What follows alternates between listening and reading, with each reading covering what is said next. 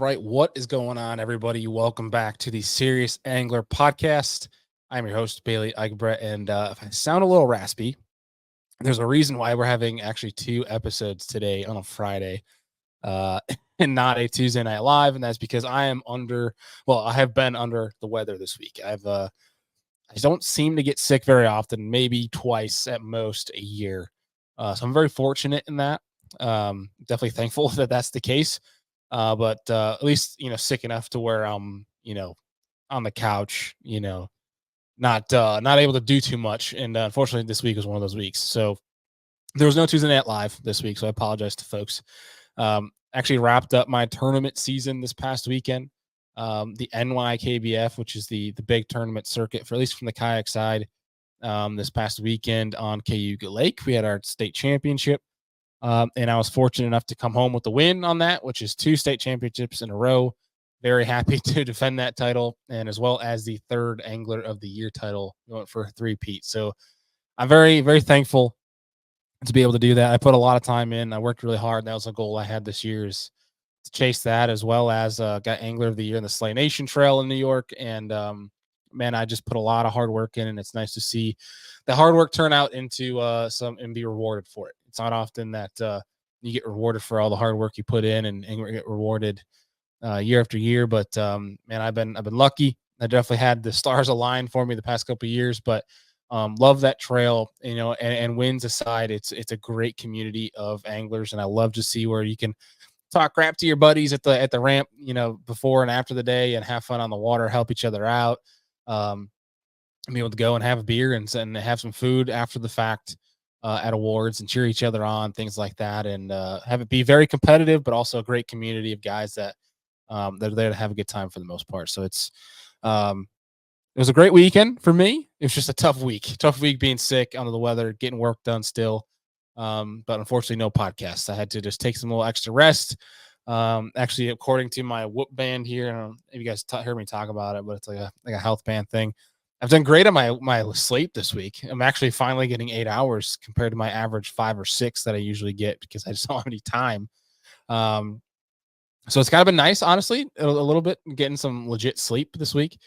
But we cranked out 2 shows this on Thursday night, last night, actually, the one before your because you're listening on a Friday. We're dropping 2 episodes, and this episode is going to be with Mr. Luke Dunkin. You guys know the Traveling Circus. Luke has been one I've been trying to get on the show for several years now, and I'm so happy we finally got him down to make schedules work and get him on this show. It's been not that it simply has been not worked out. It's just that schedules literally are the hardest thing to come across, I guess, work with, I should say, in the world of podcasting. So huge thanks to Luke for taking time out, his crazy schedule, coming on here. We talk all about the different avenues that he has going on, from NPFL, cannot speak. Alabama Bass Trail, excuse me, I have a cough drop in my mouth, as well as I am just dead tired. Can't speak right now.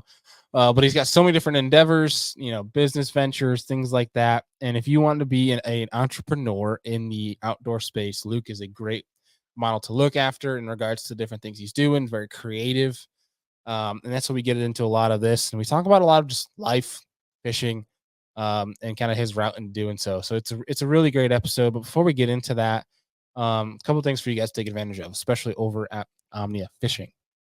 That is, if you're an Omnia Pro member right now, you can save big. Huge deal. It's an exclusive deal for pro members only. So if you're an Omnia Pro member, these are only applied to you. So another addition why you should get that pro membership is because you get access to some pretty big sales that you wouldn't get otherwise. Link to Omnia Pro is down below. But on rods, reel, tackle, and more, there's a lot of stuff, from Garmin units to things like that you can go and take advantage of with these sales, because it's pretty ridiculous, the sales that they got going on right now. From Garmin units to, you got Mustang Survival, you got some reels that are heavily discounted, from Daiwa to Arc to Abu Garcia. The list keeps going on. The more I'm going down this list, to rods, G. Loomis, Abu Garcia, Shimano's. Shoot, take advantage of it. And in line with that, right now at Omnia Fishing, it is 25% off Max Scent Little Generals. So it's a flash sale. And in regards to those two, I believe that's all until supplies last. So get them while you can. There isn't really an end date. It's just until they run out. So the faster you can get over there and click the links that I got below to those exact sales, the faster that you can get those products in your hands at a much cheaper price. And lastly, 20% off swim jigs until October 1st. So if you're a swim jig avid like myself, I love a swim jig. You can now go get 20% off every freaking brand of swim jigs at Omnia Fishing right now. So time to make hay. So taking advantage of that, as well as later, the next episode you guys will see is a pretty cool one. And it's from the folks over at Fish Lung, and it's talking about fish care. Premium fish care is where they describe it as. And I don't want to get divulged too much, but if you're a tournament angler, a boat owner, you use live bait, anything along the lines of that, even if you do catch and release, look into this episode because it might be a piece of equipment you might want to get into. I'll leave it at that. We'll leave it for the show. Without further ado, let's get into today's episode with Luke Dunkin.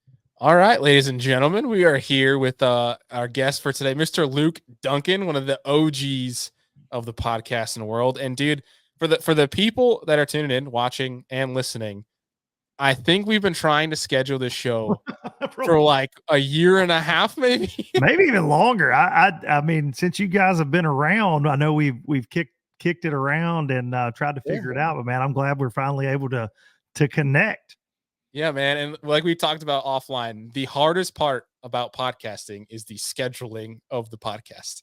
And that's just with your crazy schedule, our crazy schedule. It's just, man, it's good to finally get you on here. It's been a long time coming, hanging out at trade shows, going to your banger freaking classic parties. It's awesome to finally get you on the show. And to really kickstart it, man, is everybody that's new to the show. We love to have this tradition of how the hell did it even start? Who is to blame for this lifelong addiction of fishing? It's a kind of a cliche question, but we always love to celebrate it because everybody's story is a little bit different. No doubt, man. My dad for sure, my dad Marty, but my granddad too. My mom's dad was definitely in there. The love of bass fishing was more for my dad. The love of tournament fishing certainly came from my dad. He competed a lot in the 80s.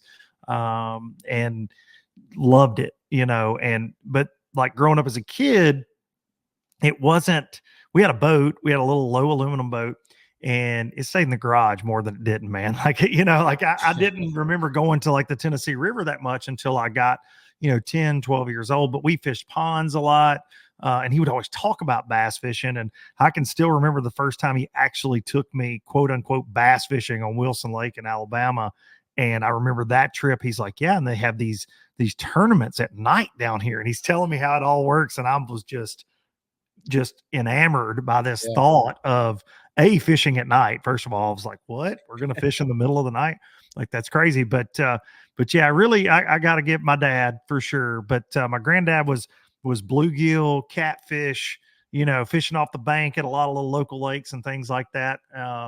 Most of my life too. So both of those guys love a tournament fishing. Definitely Marty D. Yeah. So in the next episode here, it's been a crazy week. I apologize for folks. We didn't have a live this week. I've been down and out. Usually I'm never sick, maybe twice a year. And I got my butt kicked, but the next show we're dropping 2 episodes today. The next show with the Fish Lung guys, they mentioned exactly that in regards to fishing with your dad is always special, but for something about, and they're both grandfathers, Johnny and Mark, they mentioned that there's something extra special about fishing with your grandkid. And I think we can also reflect as well as there's something special, obviously fishing with our dad, but there's also something special fishing with our grandpa. There's something a little bit different. You can almost get away with a little bit more with your grandpa. Dude, I have a great granddad fishing story. I was 14 years old. My granddad had this little Ford Ranger, and we called him Daddy Richard Peters, but Daddy Richard is what everybody called him. And there's a lake. I still fish it to this day. Actually, it's a map of it right there. Laurel Hill Lake here close to home, about 20 minutes from my house. And we've been out there fishing off the bank. He just been letting me just go hard, man. It was like during spring break and we just been hanging out. And he decides on the way home, he's going to let me drive his Ford Ranger. I'd never driven anything other than like a 4-wheeler or whatever. And he's like, you've got it. just, take it slow, whatever. And I drove home from this lake down this very busy highway, and we pulled into the driveway. My dad was standing there, and I was Oh man. driving my grandfather's truck, rods hanging out the back, and my dad went absolutely nuclear. Uh, it was not good. They got into it, but yeah, that's one of my favorite. He's like, "Hill, it's okay. Get over here, boy." And I'm like, "Oh, this is awesome." So speaking of, in the vein of getting away with it, absolutely. That's Absolutely. awesome. My granddad was also like, he was blown away when I started kind of figuring out a little thing or two about bass fishing and different baits and things. And we would go to these state park lakes and fish off the bank. And if I ever caught a good one, he was so proud. Like, and it would just like all but run and get other people. Like, look what my grandson just did. Like, you don't know anything about that. Look at this. Yeah. He just wanting to share that. He was like my number one fan in life. So yeah, I would trade a lot of things to get to go fishing with Daddy Richard again. I promise you that. I love that, man. I absolutely love that. And I'm fortunate I could still go fishing with my grandfather. And the one thing I love about it, he's in Florida. And shout out to all our Florida people. Hope they're all good with the whole No hurricane and doubt, everything right man.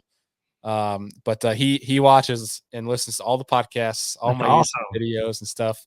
So I like to sneak in some shit talk in there with it too, just to poke Yeah, some fun yeah. at him, just because I always like to tell him I had to relearn fishing after going fishing with him.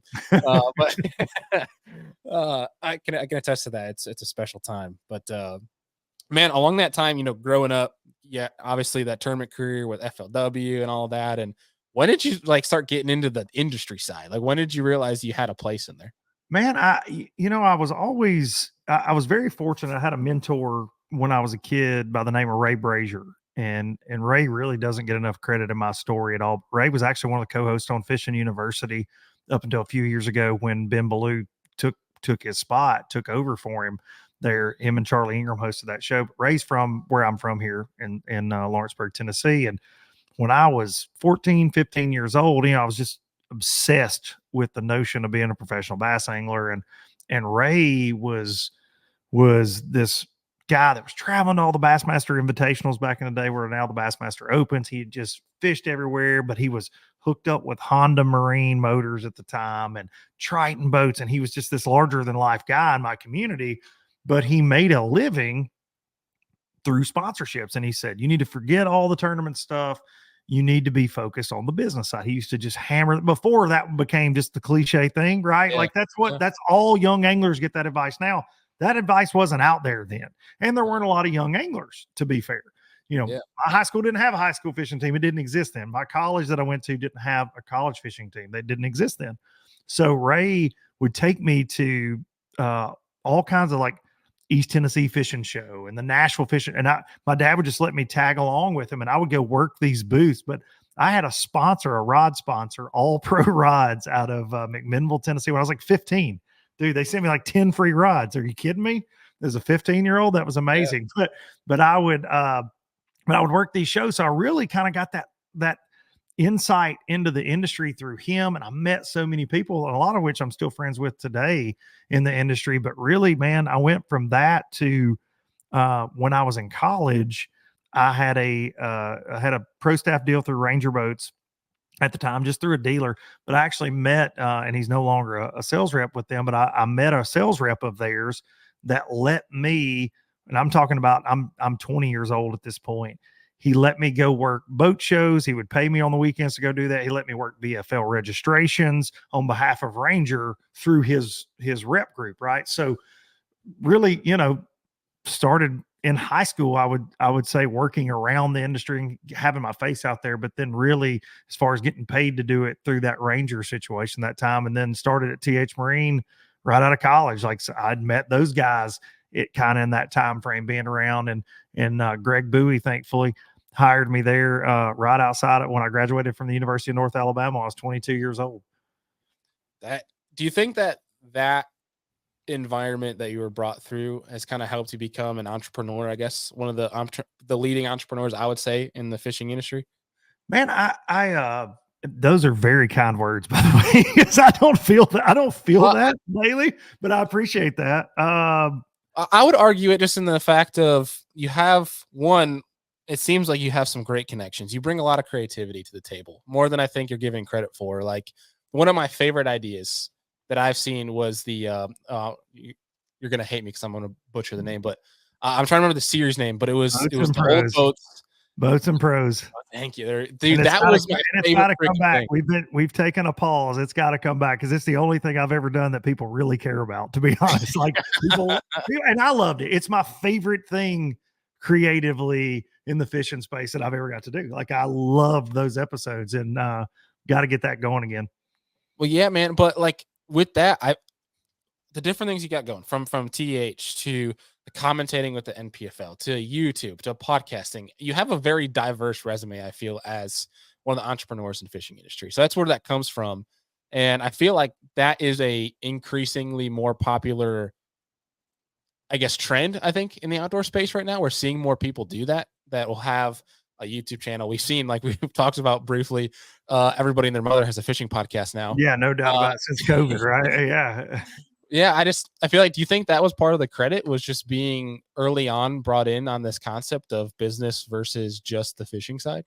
Yeah, I think for sure. I was very fortunate to learn the things that I learned from guys like Ray Brazier, and the grandfather that I was talking about in the beginning. My daddy Richard was one of the hardest working dudes I've ever seen. Man, like he had just a factory job, a 9 to 5 at the Murray bicycle plant in Lawrenceburg, Tennessee. But he had like 2 side gigs on the weekends, and worked until, I mean, he couldn't anymore. Like once he retired, he still had all these side gigs. And my dad's the same way, just nonstop, just worked very hard with multiple things. And so that's just been instilled in me, I guess. And I'm not a guy that's ever, I've never just been comfortable doing one thing. And I'm also very ADD. So I guess that helps. It takes a lot to kind of keep my attention, but I don't know, man. I just, all these things that you mentioned, and I got to give a shout out to like Alabama Bass Trail in there too, because now I'm doing that, and I'm very fortunate to be doing that. All over the And place, man. yeah, it's a lot. It is a lot. Sometimes when you look at it, you can't look at it on paper. If you look at it on paper, you're like, woof. You just gotta take it one week at a time. But it's like, how do you eat an elephant? One bite at a time. And man, it all just kind of, if you would have asked 19-year-old Luke what he was going to do, 19-year-old Luke would have said, man, I'm going to win the Bassmaster Classic. I'm just going to tournament fish forever. 19-year-old Luke was like, yeah, the business side of it's cool, but bro, I'm going to fish. I don't care. Yeah. And I had an opportunity when I was 19 in the Opens. It was the first year they ever went to 3 tournaments. And I was in the running to make the then Bassmaster Tour, which is now the Elite Series, at 19 after 2 events. We had one left at Lake Martin. I ended up blowing my engine the last day, and it cost me making it. And I'll never forget driving to that tournament, and my dad, which is somebody that I get my brutal honesty from on things, we're talking on the phone. He goes, well, what are you going to do if you make it? I mean, I'm going to drop out of college. I'm going to go fish the Bassmaster Tour. Are you kidding me? Like, this is my lifelong dream. I'm 19. And he said, how are you going to pay for it? He's like, I'm not going to, foot the bill, essentially. And he's like, I love you. And he's like, and I'm proud. Like, I'm so proud of you, but this is a big time decision. Like, I want you to get your education. I want you to understand how important that is to your mom and I. And things worked out the way they did. And I'm glad they did, man. I had no business being on the Bassmaster Tour. It's the first year they ever went to California. And I had 2 friends of mine I roomed with that made it, John Cruz and Kobe Carden, made it that year. And Kobe's one of the best fishermen I've ever known. He washed out pretty quick in the Elites. Bassmaster Tour didn't make it. And of course, we all know John Cruz, very successful career. But man, that just kind of, like, when I started at TH, I was like, this is not the dream, right? And I realized very quickly what an opportunity it was. And Greg Bowie from TH, to this day, I'll tell you, like, I turned him down. I told him he was crazy. The first time he walked up to me at Bassmaster Classic, I was standing in a Ranger Boats booth, and he says, what are you going to do when you graduate college? I'm like, fish. I was just kind of a jerk. And he's like, oh, okay, well, here's my card. I want you to call me. And I'm like, man, I'm going to throw that in the trash. I'm never going to call you. I'm going to fish. And I'll never forget when I graduated college, my dad being like, so what's next? Get a job, because I was like fishing Tuesday nighters and Thursday nighters and taking the money I win and putting it in a shoebox under my bed and living at my parents' house. He's like, nah, this ain't cutting it, bud. You better do something. So I end up running into Greg, and that led me back to TH in August of that year. But man, I say all that to say, like, the FLW tour part, I was at TH almost 10 years when that happened, when that opportunity came about. I had stopped pursuing my dream because I had a new dream. Like the TH thing was such a great career. And you know, I had my kids in that time frame, and things change, right? And I was still fishing tournaments with my dad and was around, but had kind of given, I don't want to say given it up, but it just wasn't, that fire wasn't burning, right? And I went a few years in that time stretch. I didn't even have a boat, Bailey. As crazy as that is. Man. That my dad and I would split one kind of deal. I could get it when I needed it. We kind of shared it, but I didn't have one. This is also when I was playing music and things too, but which is a whole nother podcast. Trust me. But and then in 2000 and I guess it was 13, TH started sponsoring the FLW tour, and they asked if I wanted to fish co-angler in a couple of events and go work like registration. I'm like, well, yeah, absolutely. That sounds awesome. So I went, and out of the two I fished, I got a check in one, did terrible in the other. But the second one was the one I got a check in. I was like, ooh, I like this. I remember this. It kind of created a monster. And then they went on as a full-time sponsor in 15, and they asked, like, hey, would you like to fish all of them as a co-angler? I was like, I do, but understand, like, you're fixing a lot of fire that I might not be able to put out. Right. Like it's excited a little bit, but it's always in me. And of course I kept up with it, and I was working in the industry. So I was seeing all my friends, and I was helping with the pro staff at TH at the time. So I was involved heavily, and man, that was the year that I won one. I had a chance to win another one. I made the Forest Wood Cup as a co-angler and all that. And it was just like, well, here we go again. You know, then you're right back in the rat race. So really you know, all this stuff has just kind of one thing led to another. And again, if you'd ever told me I had a podcast, if you ever told me that any of this would have been possible when I was 19, I would have probably said, no, that's not how any of this is going to go. Yeah, probably be in amazement of all the different things. No, well, dude, I tell you what 19-year-old me would be the most amazed by, and something that I never take for granted, is just how many of my heroes turned into friends. That's the coolest thing in my life, period, man. Other than my kids, that's the coolest thing that's happened to me, is that people that I've got a Zoom bait company hat in my shop that always hangs up, that I got signed at a Bassmaster Top 100 that Mark Menendez won on Pickwick Lake when I was probably 15. And most of those signatures are people that I consider friends. And it's, or have spent a considerable amount of time around, like yourself. You get to do that a lot in this industry. And it's, that's something 19-year-old me would be pretty fired up about. It's incredible. I think that's one thing that's really special about our industry, is that while you could look to these guys as, you know, like the KVDs and everything, as these giants, right? The Mount Rushmores. No doubt. But you get enough time in the industry, it doesn't take long, and you're going to come around them. You're going to be in a room with them at some point. You're in that circle at some point. Yeah, no doubt. It was the coolest thing. I was maybe a year and a half in working in the industry when I got pulled into the Vista media event for Berkeley when they launched their jig lineup. And it was my first one I had to run solo. And I looked at the lineup of people that were coming from Berkeley's team, and it was Hank Parker.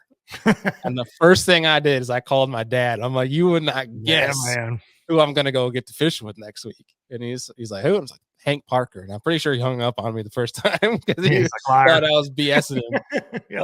That was probably the one time I've ever really been truly starstruck, was when I got to get in the boat with Hank. And one of the most down-to-earth, greatest people in this entire industry on earth, really. But it's cool, and it's really special. And I think that's one thing that I try to keep. You know, I'm over 3 years in from an industry standpoint, and it's like, I guess if you count podcasts, it's over 5, but I try to remind myself you can't be taking some of the stuff for granted. Like some of the stuff we get to do, some of the things like that, it's super freaking cool. And I always try to remind myself of, like, hey, 12-year-old you could see you right now and realize you're not appreciating some of this, he should probably kick the crap out of you. It So and sometimes it comes at you fast, right? Like yeah, that's where I have a real, and you'll get this way one day, young man. As I'm entering my, just past my 41st year birthday here, 41st birthday, is I try to tell myself that sometimes, like take in the moments, like you're talking about the lives at the classic, like they're such a blur. And even the like from the first one we did in 2020, I still will run into people and they'll tell me a story that happened that night, and I'm like, what? And it has nothing to do with alcohol, even though there's a lot of alcohol consumed at those yeah, by me and others most of the time. There are just things that, like, the nights are so crazy and there's so many people in and out, and you just don't know who's there really when you, especially when you're on stage. It's like you don't really get to shake everybody's hand. But I try to remind myself though, like, hey man, these are the moments. This is something that 20 years from now you're going to wish you would have slow breathed it in. Yeah, breathed in just a little bit more. Those type things. And it's hard, man, because ICAST, like, it's a blur. It's a down. blur. Like, it's over with. It's the classic. It's a blur. Every event you do, even podcasts that you do, man, it's an hour Yeah, conversation with somebody that hold in high regard, and it's over. But it's um thankfully they're recorded, but it's still, it's sometimes you gotta take it in, man. And that's yeah, it's easier said than done. yeah, it really is. But it's one of the freaking coolest things. Um, and actually, I think it was Ken Duke that started this. I want to say it was Ken. Maybe it might have been somebody else, but Ken at least hopped on the train, and it was started taking as many like selfies. And it sounds really, really weird when I first say it, but like in certain moments so that you can try to remember those a little bit Yeah. better. No, I'm a picture taker, to the best of my ability. Yeah. Love it. Yeah. And yeah, I don't want to hang up on that. But it's one, I guess I always try to remind some people it's life short. Just try to Oh sort of man. slow down the clock as best you can. No, But no doubt about it, yeah, man. It's so short, so yeah, short. The only time, Bailey, that I'm not a picture taker or a video taker for the most part is when I go to concerts. I'm annoyed at where we're in. This is my old man get off my lawn speech. But I feel like I caught myself doing it for so long, and it was like you're watching this beautiful thing yeah, through your phone while you're there. And I'm like, man, that's not why I paid $200. Unfortunately, concert yeah. tickets are so high. It's not why I paid to be here tonight. Like, I want to remember it. I want to be there. And that's something I try not to do as much. I might snap one, hey, to remember it, like you said, but I'm phone up all in. Yeah. I'll add in there too sporting events like football game, like Yeah, college football, and take your one picture with that's whomever you're with it. the That's crowd. it. Yeah, Watch the damn remember it. game. Yeah, watch it. Like, you're there. Be present in the Yeah. moment.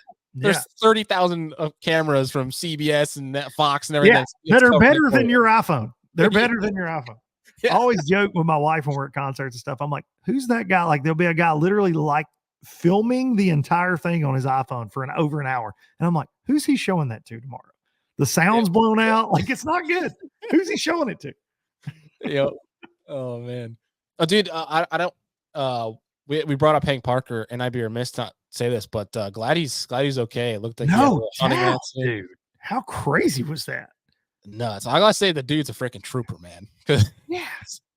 I mean, what it sounded like he fell 30 feet from a tree, which I mean, we're not gonna get into hunting accidents here, but like that is not something easy to stand Mm. up from. He looked like he was same old Hank, like he was fine afterwards. Yeah, he had the video from the hospital. He was at the hospital. Yeah, That was the first one I saw, and then I know they posted the helicopter video, the helicopter getting him out of there. And yeah, it's as a deer hunter, that is a scenario that terrifies me because I don't like heights yeah. either.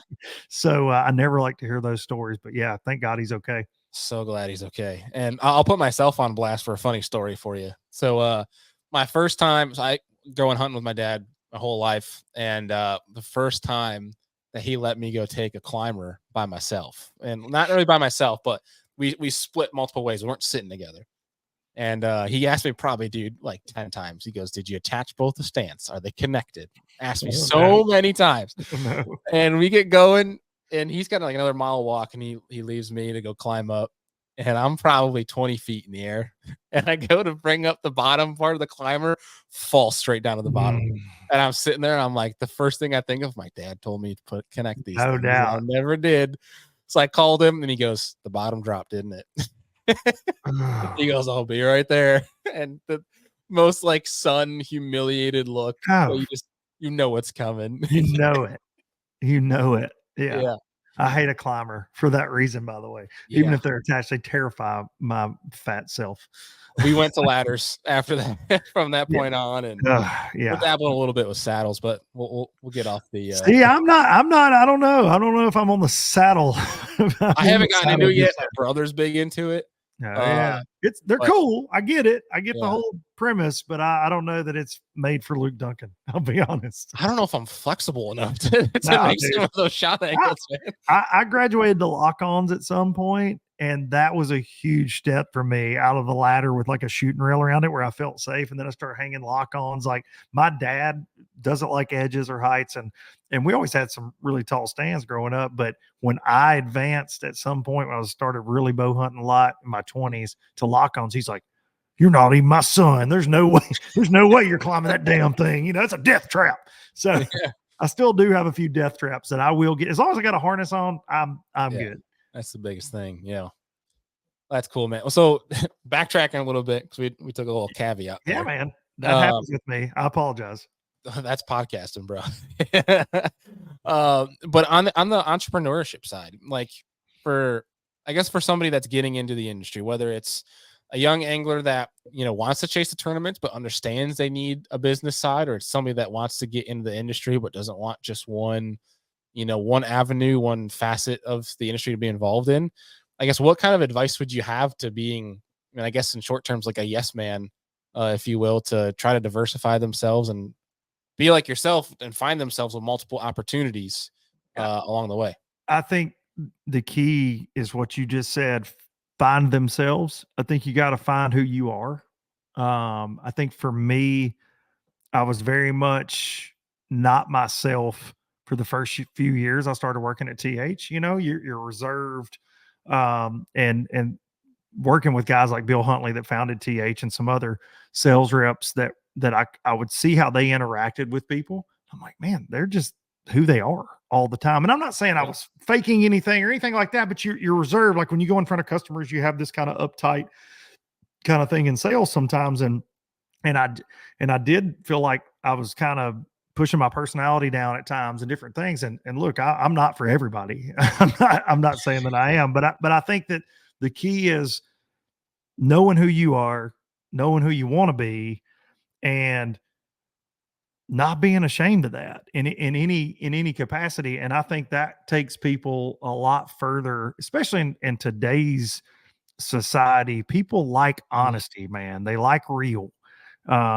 Whether they like or appreciate what you're saying sometimes, right? That comes, it can go both ways. Yeah. But I think people like that authenticity, like they like honesty, because we expose so much of our lives now through social.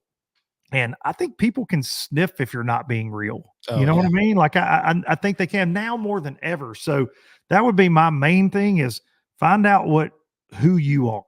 And look, who you are is going to change a lot. Again, I'm 41. I changed a hell of a lot from that 19-year-old I was talking about to 41-year-old Luke. It's a completely different guy.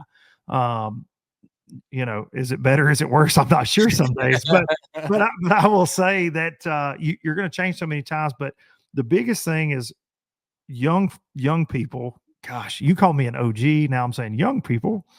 Um, the generation now coming out of college, I do feel like the opportunities, if you want it, and you got to understand that sometimes living the dream ain't exactly a dream. I think you'll attest to that, man. I see a lot of your posts, dude. You're out there chasing the kayak deal and like crazy weather, and you're doing the deal, and then you're back doing the podcast. And you know what I'm saying? Like, and you've got your day job and you're doing so many different things. And I think if you want it and you're willing to do it, much like yourself, there are places where you can get in and you can create your own spot. I'm living proof of that. Look, man, I should not have the voice I have, I should not have the corner. Like Fat Cat and I always joke about kind of being the black sheep of the fishing industry, and in jest, but it's like I carved out whatever my spot is. I just kind of made it. You know what I Yeah. mean? Like it Yeah. just,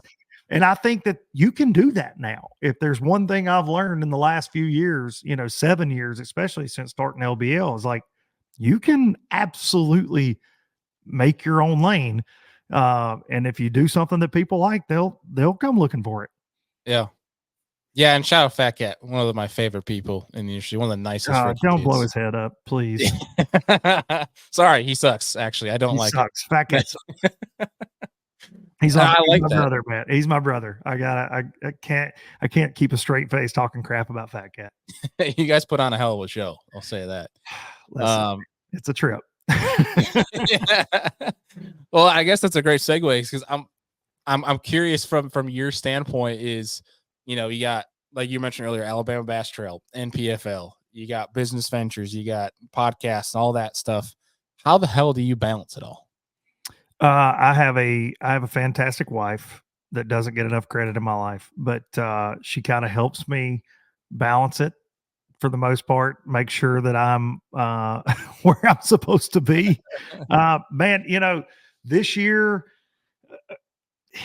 adding the ABTs, I think I'm doing, God, I think she had 15. We had a couple overlaps with MPFL. I think I did 13, or we'll end up doing 13 of the 15 and then 7 MPFLs this year. So yeah, it's a lot. That's why I'm not fishing any tournaments because I can't get in any because the schedule doesn't permit that at all. But for me, it is, you got to love it. First of all, that's how you get through it. I do love it. It's not work.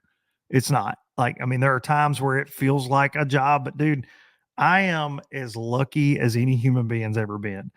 I get to pay a large part of my family's bills talking about bass fishing.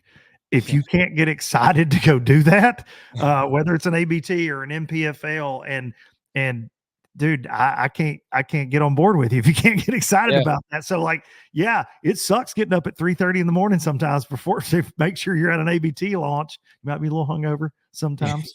Shout out this guy for keeping us up too late sometimes. But yeah, I mean, the travel absolutely wear you down. You know that better than anybody, man. That part of it still, you just deal with it as it comes. You never know, especially air travel. But yeah, I despise it. But man, I'm just very fortunate, dude. And I think as long as you look at it that way and you know it, is it something I'm going to want to be doing 5, 6, 7, 8, 10 years from now? I don't know. Cause it is like, it's a gauntlet. Like, dude, from January to June this year, I don't think there were a lot of people that would have traded lives with me, for the most part, because like you don't have a weekend at home essentially, so I work all week on everything else I got going on. And then I'm going for the weekends. And that's where that support system comes in so heavy. My kids, my wife, understanding what I do and appreciated it, and man, I'm just, dude, anytime the phone rings and people ask me, especially like Miss K with ABT and the guys from MPFL trusting me with that, I'm blown away. So as long as I can physically get around, I'm gonna, and I'm enjoying it. I'm gonna do it to the best of my abilities. But it's a lot, dude. This year was a lot. I will say that. It's why my beard's gray. One of many reasons. Right. Well, and the grind is one that obviously everybody has their different definition of what that is. And it's one where if you think you can tack on more, there's ways you can add on more to your plate if you're willing to do so. If you're willing to take the 5, 6 hours of sleep versus getting your 8, like my wife yells at me for all the time. Or 4. Or 4, whatever your threshold may be. Yeah. I find that one of the best pieces of advice I got was in the industry is if you're nice to everybody and you're curious, then you can find a lot of opportunities can come your way. Especially like one of the things Ken Duke actually showed me that was he likes to make a list where it's when he meets somebody, he gets a contact in their phone. He writes down how he meets them. I think you might say that because he's old. I'll poke fun at Ken because he's a mentor and I like to make fun of him. But he'll make a note of, Encyclopedia, man. yeah, he's the encyclopedia of bass fishing.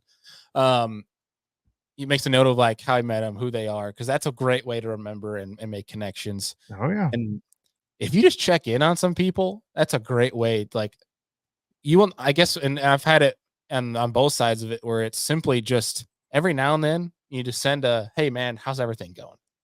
That kind of text can go a long way with keeping in touch with people, being a good human being. But also be surprised that simple keeping in touch can lead to a lot of opportunities. Timing is everything in life, right? And Mhm. sometimes when you're thinking about somebody, they, subconsciously could have been thinking about you. I mean, weird things happen. And Yeah.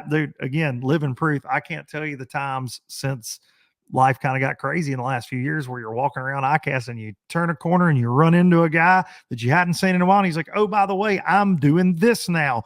Dude, I love what you're doing. How do I become a part of it? And you're like, oh, and it's a guy you met 15 years. You know what I mean? Like that, Yeah. that does, those kind of things weirdly happen. And you walk away from those conversations going, well, hell, he had my phone number. Was he going to call me about that? Like if I didn't run into him going to the bathroom at ICAST, would we have had this conversation? But I think I love that advice. Reach out to folks, check on folks, text them, Yeah. call, you know, I And like, do like to go through my contacts and randomly text folks that I haven't heard from in a long time. And I do that a good bit. Of course, with social media, it's weird that even some of my closest, like dearest friends, you feel like you talk to them all the time because you see what they're doing, but you don't actually like Gerald. Gerald Swindle is like my big brother that I never wanted. And and dude, you feel like even though we don't like our lives are crazy, we don't talk near as much now as we did when I was younger and he was younger. But as far as on the phone, and when we catch up, we talk for a couple hours and get all caught up. But through social, you're like, oh, G's doing this week, and I yeah. think he feels the same. But there's something about though, kind of peeling it back and actually like especially your inner circle folks, man. You gotta keep those going. I love that, dude. I like to, I make use of the favorites on your phone Yeah, too. for sure, 1,000,000%. That's a great one. I love that though, where I actually have in my calendar on my Google calendar remind me just because, especially when I'm talking about like family, and I hate that I have to do this, but like when you have so many different things going on, life moves so fast where it's hard, where it's like, oh shoot, it's been 3 days, I haven't called mom. Yeah, I It's get it, like man. you got reminders of like, hey, call so and so, where it's gone to that. I mean, especially we're talking about ADD. I mean, that's preaching Oh to the man. choir. My ADHD is horrible. I got memory of a freaking goldfish where I'll walk upstairs and forget what I was walking upstairs for. Yep.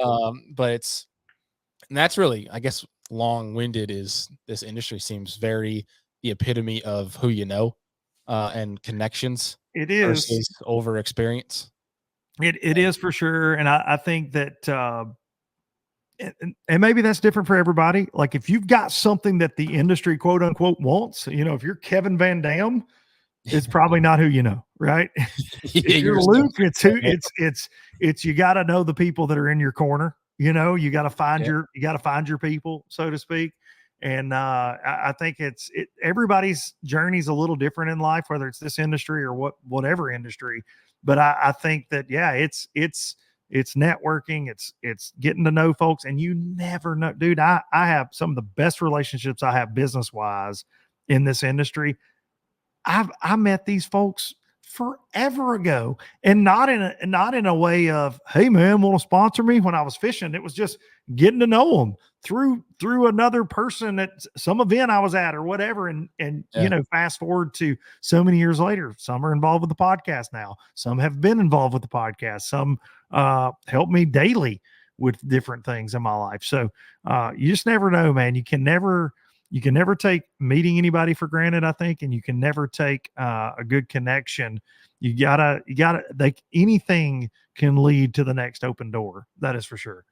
yeah. It's incredible and how fast that can actually happen. That door, how Oh man. fast that door can open. You got to be prepared for it, and that's That's the one thing, making the scary jump, which I'm sure preaching to the choir too. It's Buddy, are you yeah, ever? yeah, yeah, That jump is it's a little scary, my friend. yeah, no kidding. Um, so I guess I'm gonna put you on the spot here a little bit and ask, outside of family and your time in the fishing space, what has been your most passionate endeavor of all the different things you've been doing? Oh, outside of fishing, man, I for sure music. For sure the music industry, chasing that, songwriting for so many years, doing all that, playing gigs out. That music and fishing always ran in parallels in my life as far as what I love the most. I mean, I've loved both since I was really, really young. I've played music. I wrote my first song when I was like 9. Just goofy, putting words together that rhymed kind of thing. But I've always just been obsessed, for lack of a better word, with both, and always will be, man. I'm just you can't fish 24 hours a day, but music you can listen to all the time. Like I'm just a guy that music's always been as big of a release as the outdoors are for me. Music's always a big release. Like I've always got music playing in the background, whatever I'm doing. It's probably annoying to people that are around me at times, but like I love to have a soundtrack in life, so to speak. So music for sure. And then hunting, as we mentioned, I'm gonna always be outdoors as much as possible. And sometimes it's good, especially in the fall. Like I love to deer hunt, something I grew up doing with my dad, and I like putting the boat up, and especially around November, December. My kids are very into hunting now, especially deer hunting, turkey hunting. So spend a lot of time with them in the woods doing that too now. But definitely music, man. If I could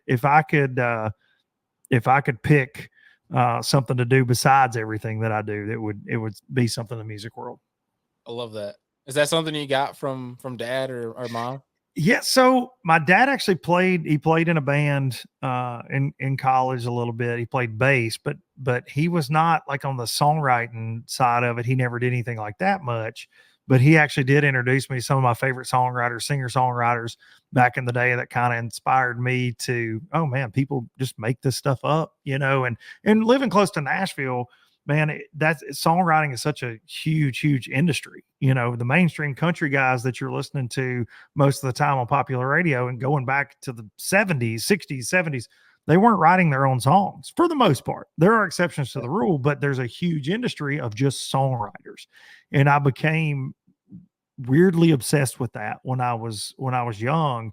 And my dad would take me to see, you have a lot of songwriter rounds in Nashville, place like the Bluebird Cafe, places like that, and they tell stories about how they wrote the song for Garth Brooks or how they wrote the song for George Strait, and it's the actual writer. And we would go to things like that a lot, and went to a lot of concerts with my mom too back then. But yeah, man, it was definitely dad on the music side, kind of getting me into a lot of the same music that I love today. But I developed my own love of songwriting for sure. That's awesome, dude. I guess so. I'll spin this question too in regards to all the different things you have going on in the fishing space. Which one would you think you're most, I guess, passionate? Obviously, you're passionate about all of them if you were actually doing them, because you'd have to be. But which one do you think is on top of that pyramid for you? Oh man, that is put me on the spot. You're gonna get me Yeah. fired, Bailey. All of them are the same. Uh Man, it is a very I love the podcast. I do love the podcast. I love the fact that and I'm surprised by the fact that a lot of people show up each and every damn week, no matter what you talk about. Like I don't take that Yeah. lightly. That's pretty freaking cool. Mhm. It's a grind sometimes. I will say that, doing one every single week. And we talked about that a little bit before we hit record, trying to scrap up a guest. There's a lot of shows out there now. So I still love low budget. I do, and I'll love it as long as I get to do it. But and grateful for that opportunity. But I'd say it becomes a grind at times.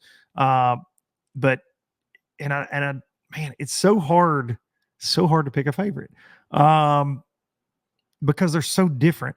Yeah. NPFL and ABT are so uniquely different. Like the jobs are different. Like I Yeah. get to MC the weigh-ins for ABT, and I do some live coverage on the water, which I love. Like I love mixing it up with the guys while they're competing, and then I get to I kind of get to see how their day's going for 5 hours while we're out there, and then you hear the stories from Darian and Jason that are also out on the water, and I'm hearing it all in my in ear, and then I get to see how those stories play out on the weigh-in stage. But I think MPFL and ABT, I would have to say, are neck and neck. Because they're so different. In the ABT is the heartbeat of bass fishing, and that style, that team tournament Yeah. format, is the heartbeat. And those guys, man, I like you meet people at every event that you get out on the water and they showed up at midnight the night before. They couldn't get off work to practice, but dude, they're there trying to mix it up. And then at the same time, you got a guy that's been there for 5 days. It's a stone cold killer that's going to catch. You got a unique mix, but they all love the same thing, right? They love what we love. And then the MPFL is very much that way, because you got guys that are throwing 30 grand down, trying to mix it up, trying to do this, chase this dream. Yeah. Big, high risk, high reward kind of situation. And we get to do the live coverage in the studio for 5 hours a day. And I'm getting to commentate dudes like Patrick Walters and, Keith Carson's over the years, and Bryant Smith's, and so many different people that, we've brought on the scene, I would say, with MPFL that folks didn't know. David Gaston's an Elite Series pro, made the classic. He kind of dabbled in the MPFL, so many different guys. So man, it would be hard for me to pick between those two, but I would say getting to do those jobs, definitely my favorite thing I get to do in the industry. Those two combined for sure. And you guys, I mean, I can't speak for the ABT because I'm not as familiar, but with the NPFL team, you got one hell of a crew you get to work with each day too. No doubt, man. No doubt. And they're great people. Like the ownership there, they're great folks. They're honest. You don't have to wonder. No You don't have to worry about what Brad's thinking ever. He's going to tell you. He's a lot like myself, and that's why he and I have always gotten along. And of course, working in the studio with Fat Cat, and I've got to work with Bradley Holman there over the years, James Watson over the years, mix it up with us a little bit. Our anglers, we've got a great group of anglers, and have every year that we fish, we've had a lot of characters. Now, I will say this. ABT might get the nod sometimes because I get to be on site for Alabama Bass Trail, and with MPFL we're in the studio, and have been since year one, late year one. I think after 4 events we went to being in the studio in Wisconsin. So I do miss the interaction with the anglers, being there in person. From a logistics standpoint, it makes a lot more sense to do it from a studio. That's why Bass and MLF do it the way they do it. But if I had had my choice, we'd be on site mixing it up. Yeah. But great crew, and same as Alabama Bass Trail, dude. So I get to work with one of my best friends there, Darian Craig. Stupid, dumb, y'all sweet tea Darian, successful Darian, mogul Darian, and then Jason Duran. Those guys are great. Miss K is great. I'm surrounded by good folks.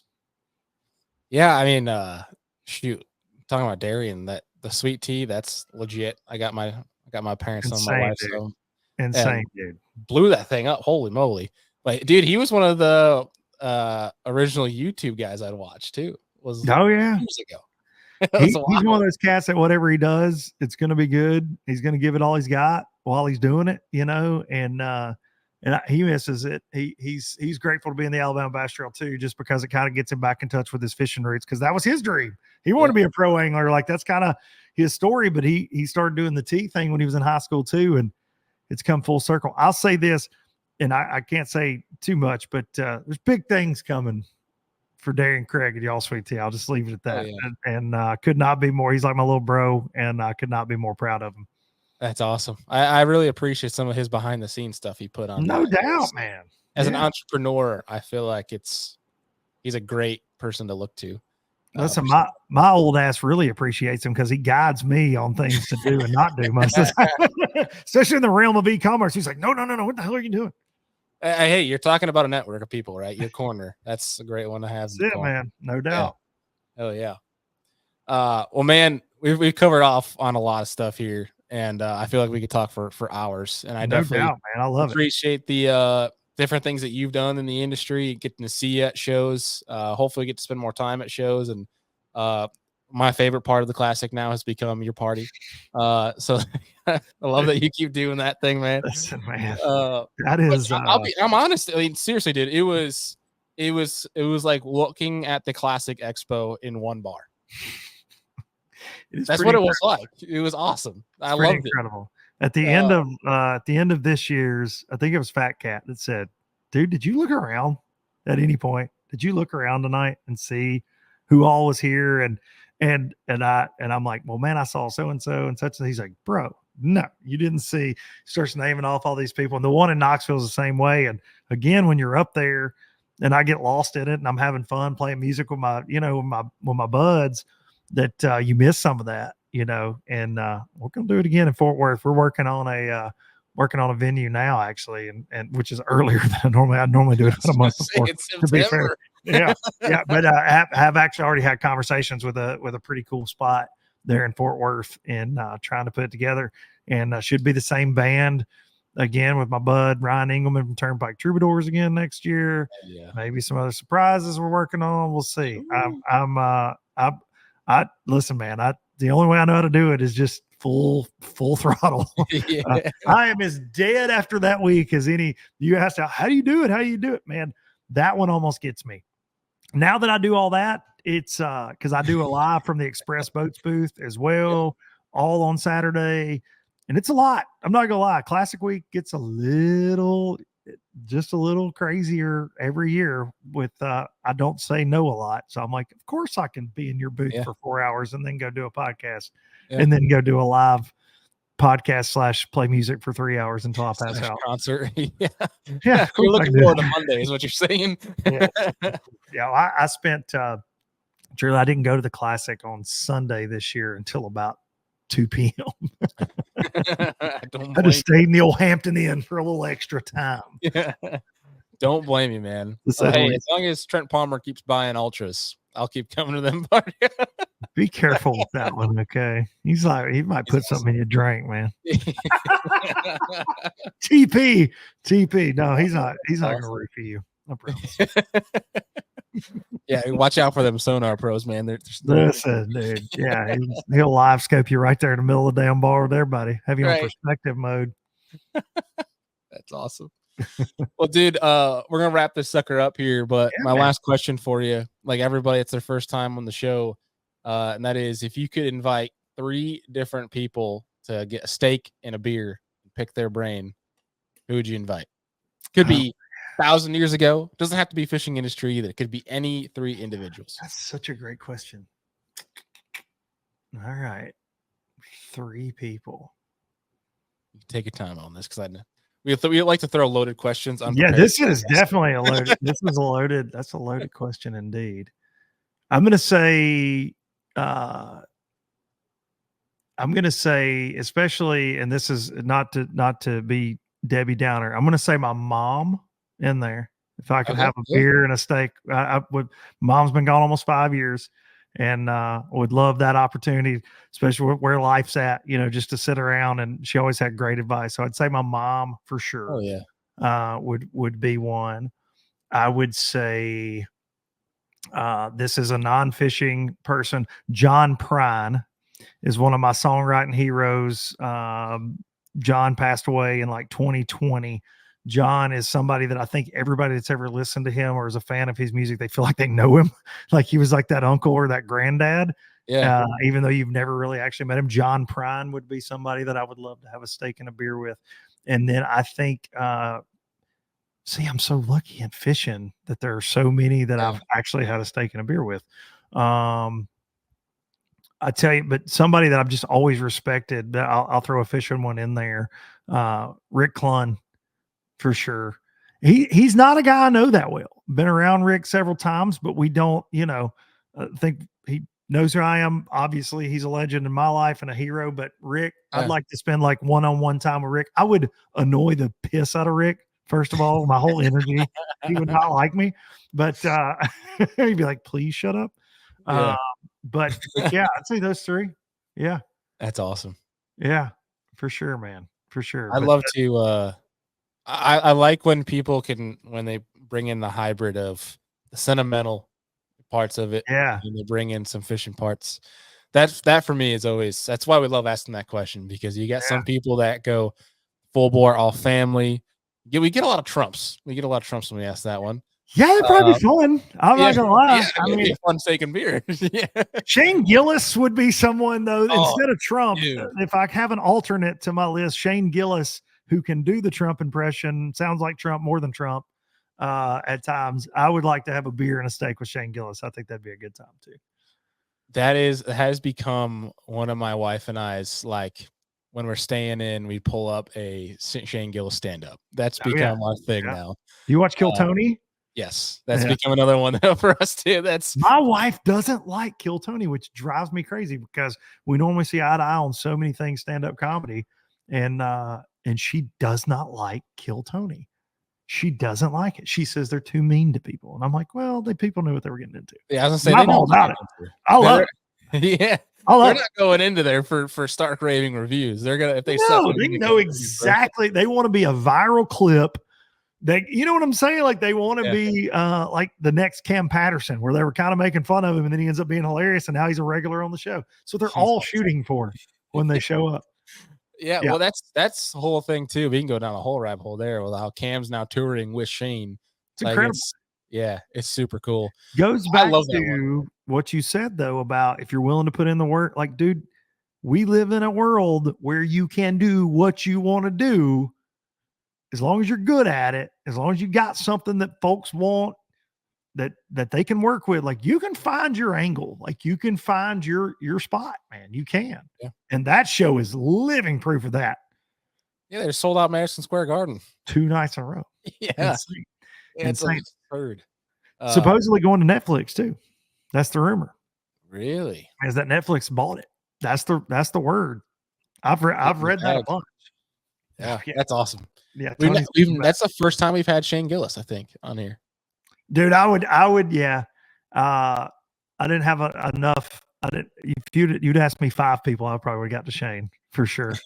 Shane. I saw Shane live earlier this spring at the Ryman in Nashville with one of my boys, and God, it's just so funny. He's like he's everybody's buddy, right? Like I think that everybody's got like a buddy that's just exactly like Shane. They just feel like Shane would just kind of fit in with your crew. I think that's why he's so popular, and he's just damn hilarious.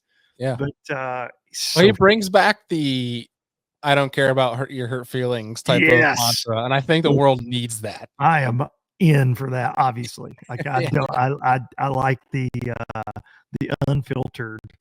I don't care. Especially in comedy.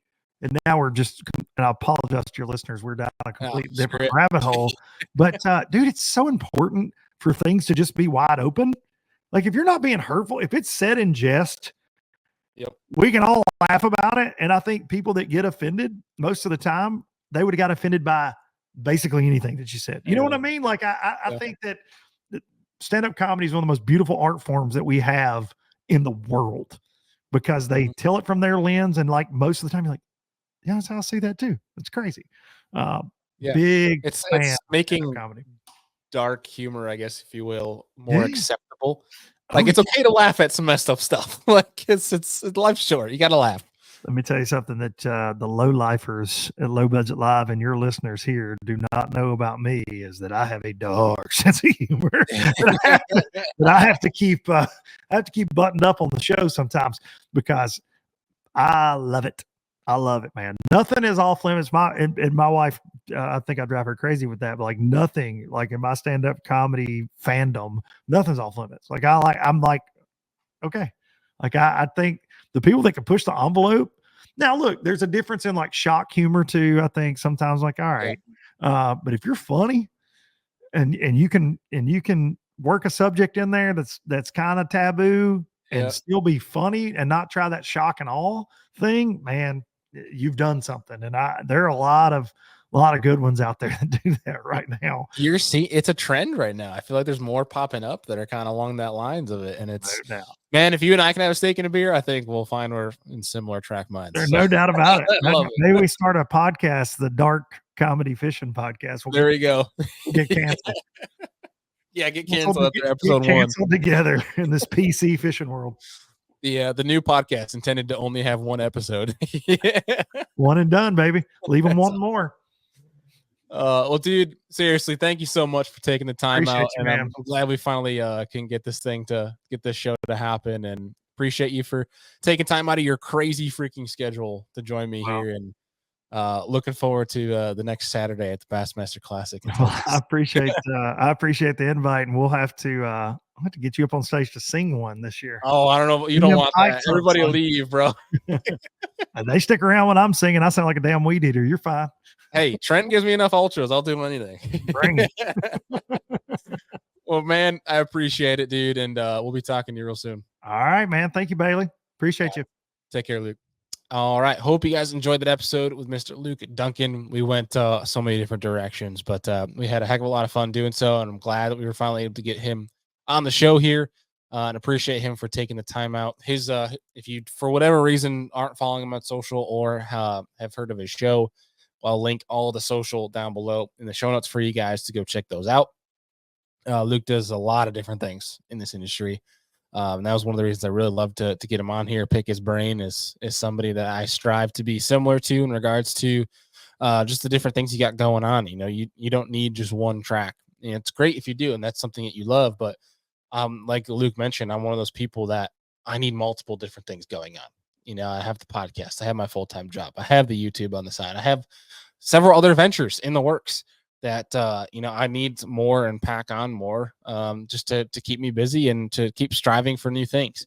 And that's one thing that Luke has paved a path for himself, and that was really one I enjoyed combing through with him. So hopefully you guys enjoyed that.